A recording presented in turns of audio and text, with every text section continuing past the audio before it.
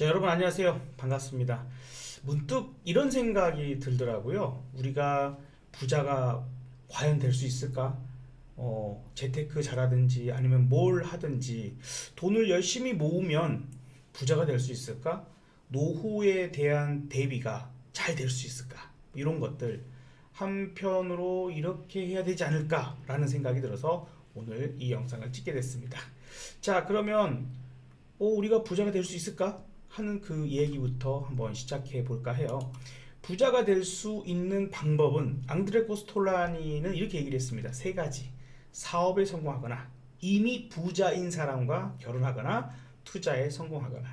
뭐 어찌됐든 다 쉽지 않습니다. 사업으로 성공한다는 것도 무척 어려운 일이고, 부자와 결혼한다는 것도 매우 어렵죠.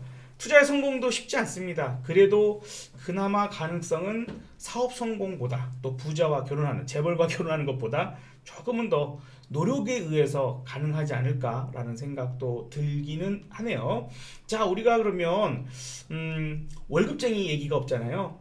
월급을 많이 받으면 부자가 될 수 있을까? 여러분 얼마 이상의 연봉이면 부자가 될 수 있다고 생각하세요? 그래도 보통 한 연봉 1억 정도 생각하지 않을까요?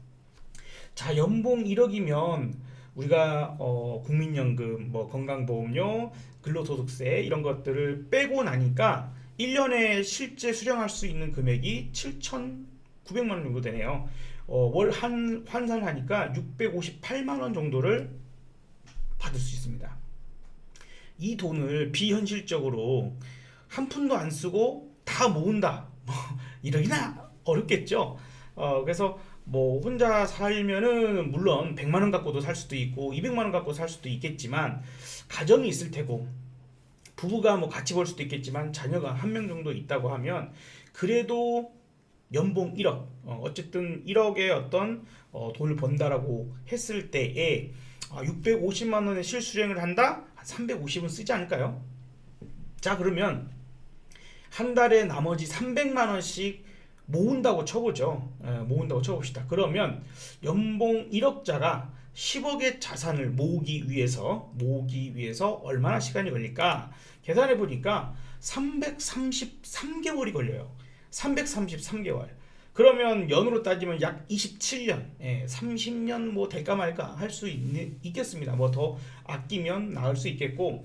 근데 여기서 10억을 만들기 위해서 이렇게 저금만 한다. 물론 이자가 좀 붙을 수 있겠고 뭐 하겠지만 역시 투자를 하지 않는다면 너무 오래 걸리는 게 아닐까라는 생각이 듭니다. 중간에 아마 뭐 2, 3억 정도 모였을 때에 대출을 일으켜서 뭐 집을 산다거나 여러 가지 행동들을 할 수도 있겠죠. 어쨌든 그냥 표면적으로 봤을 때는 이러해요. 그렇게 해서 우리가 27년을 정말 꼬박꼬박 모아서 10억을 모았다. 그러면 노후 대비가 될까요? 노후에 우리가 얼만큼 쓸까? 반대로 생각해 보면 되죠. 내가 한 달에 혹은 우리 가정이 이제 노후니까 자녀의 걱정 없이 부부의 소비 이런 부분들로 27년을 300만 원씩 쓴다면 27년의 노후 대비가 될 수 있겠네요. 27년이면 괜찮을까요? 자, 노후. 자, 우리 대비 생각해 봅시다. 우리나라의 기대 수명이 82.7세. 여성분들은 훨씬 높고 남성분들이 좀 낮아요. 그래서 평균 수명이 82.7세입니다. 누군가는 90세까지 살고 누구는 95세까지도 살겠죠. 예, 그죠? 최근에 빠떼루 아저씨 돌아가셨다는 기사를 접했는데 76세에 돌아가셨더라고요. 아무튼 매우 길게 우리가 삽니다. 1차 직업, 가장 메인이 되는 핵심 직업을 은퇴하는 시기가 49세라고 그래요. 49세에 은퇴를 하니까 우리가 한 32, 3년을 평균적으로 더 살아야 된다는 얘기예요. 그러면 이제 27억 뭔가 좀 애매합니다. 그래서 거기에서 충분히 우리가 가지고 있는 돈들을 잘 모아서 혹은 잘 불려서 키워내야 되겠죠. 근데 여기서 한 가지 생각을 해야 될 게 있어요. 어떤 생각이냐면 노후 자산이 얼마나 필요할까 하는 부분들에서 반대로 어떠한 지출을 우리가 줄인다면, 그죠? 지출이 가장 크게 나간다거나 어떻게 될지 잘 몰라. 집집마다 상황이 매우 다른. 왜냐하면 먹는 거, 그 다음에 우리가 집에다가 주거비랄지 의식주 자체를 위해서는 어쩔 수 없는 지출이 필요할 거 아닙니까? 통신비도 마찬가지일 테고요. 그런데 집집마다 이 지출이 상당히 크고 다르고, 그 다음에 우리가 노후가 될수록 나이가 들어감에 있어서 걱정이 되는 것은 바로 의료비일 것 같아요. 그쵸? 은퇴 이후에 노후에 가장 큰 지출 부분들을 생각해 보면 평균 수명은 82세인데 우리가 건강 수명이라는 게 있습니다. 건강 수명.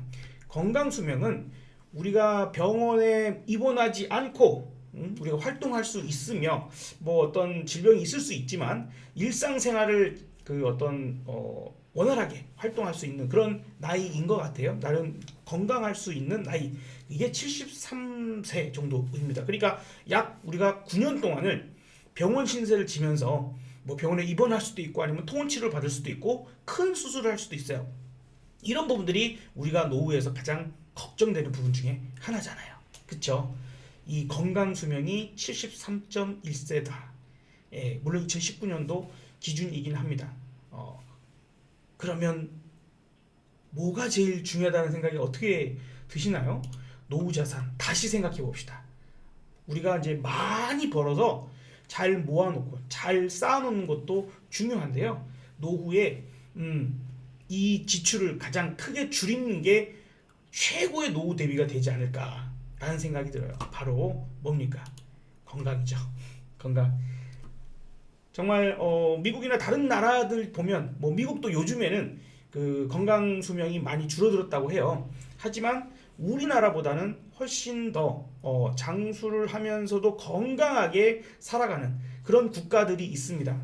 우리나라가 너무 돈 버는 데에 집착하고 경쟁이 너무 심각하고 스트레스도 심하고 사실 살기 팍팍합니다. 더 어려워지고 있죠. 그런데 그렇다고 해서 술 많이 드시고 담배 그냥 많이 피시고 막 이러면 제때제때 끼니 잘 못 챙기고 운동하는 거 잘 하지 못하고 이렇게 됐을 때 내가 지금은 못 느낄 수 있지만 건강에 대한 대비가 잘 되지 못하면 가장 비참한 OECD 국가 중에서 노인 빈곤율이 가장 높은 나라가 우리나라인 거 아시죠? 지금의 어르신들만 해당되는 건 아니라고 봐요. 요게 의료비로서 너무 큰 비용이 지출돼 버린다면 나름 10억을 모아놨다 하더라도 15억을 모아놨다 하더라도 그러한 부분들에서 누릴 수 있는 것이 너무 줄어들 수 있으니 지금이라도 여러분들 건강관리하는 게 제가 보기에 가장 큰 최고의 노후 대비이지 않을까 생각됩니다. 부디 건강하시고 또 하루하루 우리가 스트레스 덜 받으면서 자산을 높여갈 수 있도록 함께 성공을 해 나갈 수 있었으면 좋겠습니다. 자, 오늘 여러분들 어떻게 보면 너무도 뻔한 얘기, 당연할 수 있는 얘기이지만 한 번은 꼭 생각하고 우리가 짚고 넘어가야 될 얘기인 것 같아요. 네, 나의 건강, 나는 나이가 90, 100세까지 무병장수 하실 분들은 우리 구독, 좋아요 눌러주시고 다음 영상에서 또 뵙도록 하겠습니다. 감사합니다.